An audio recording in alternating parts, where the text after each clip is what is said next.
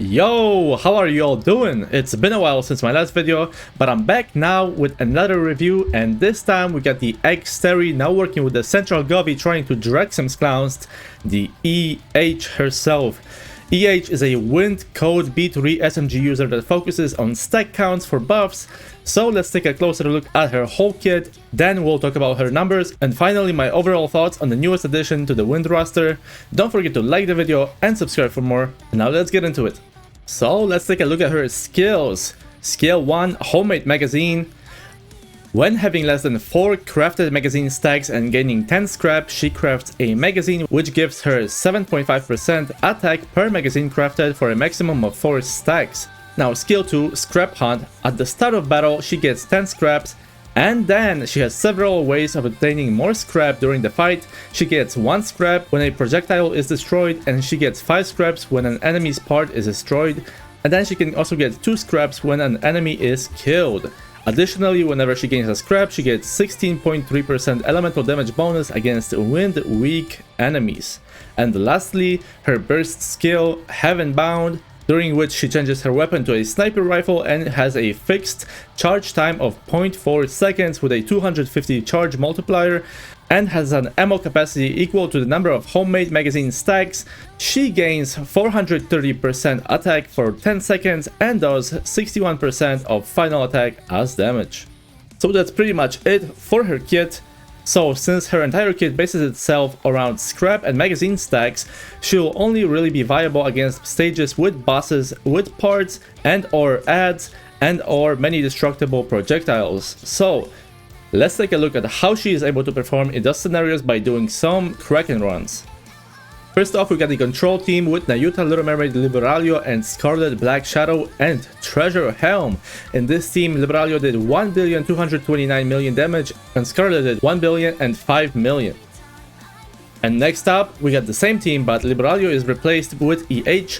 Here, Scarlet did 987,000,000 damage, which we do expect to be a little bit lower than when paired with Liberaglio, and EH did 556,000,000. EH doing about 56% of Scarlet's damage. Moving on, we got the Crown Little Mermaid Treasure Privity Base, and I'm just testing how EH compares against the best wind DPSs, mainly SBS, Asuka, and Liberaglio.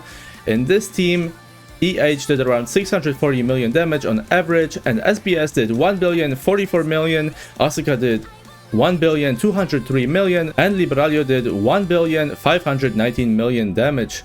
EH doing 60%, 54%, and 41% of the other B3 respectively. Next, I tested her with the maids and leader. In this team, SBS did 913,000,000 damage and EH did 488,000,000. EH doing 57% of Scarlet's damage, which means that comparatively, this team is significantly worse for EH than the previous archetypes. And lastly, we get the Miranda crit team trying to take advantage of her charge shots. Unfortunately, it was not great. Here, SBS did 750,000,000 damage and EH did a measly 443,000,000. EH doing about 59% of SBS damage, keeping somewhat in line with the other SBS comparisons, which shows that EH doesn't really care for crit rate. So overall, EH is quite a bit weaker than the 3 main DPS characters for the Wind team, and something that isn't listed here but is worth noting is that EH frequently did less damage than Little Mermaid and Nayuta, which isn't something that you want to see from damage-focused B3 characters. Regardless, if you want to invest in EH, I'd recommend going for 7 on skill 1, 4 on skill 2, and taking the burst skill to 10, although 10 might not be worth for a character of this power level, so 7 will be fine as well. As far as the overload lines go for elemental and attack, and then for the third stat, aim for extra ammo and charge damage. And with that, let's go over to my final thoughts. EH was fairly highly anticipated by many people, and I'm sure they're quite a bit disappointed now that she's here. I know that I am, even though I did not really care about her character. She doesn't even come close to being good in the current roster in terms of damage. On top of that, add the fact that most of her kit doesn't work unless you destroy parts, projectiles, or kill enemies, and even has a buff that requires time to ramp up. That means that her full potential isn't even unlocked unless she's played in very specific scenarios, whereas the other units work just fine regardless of the enemy and the scenario. That leaves her a mediocre, highly conditional DPS unit.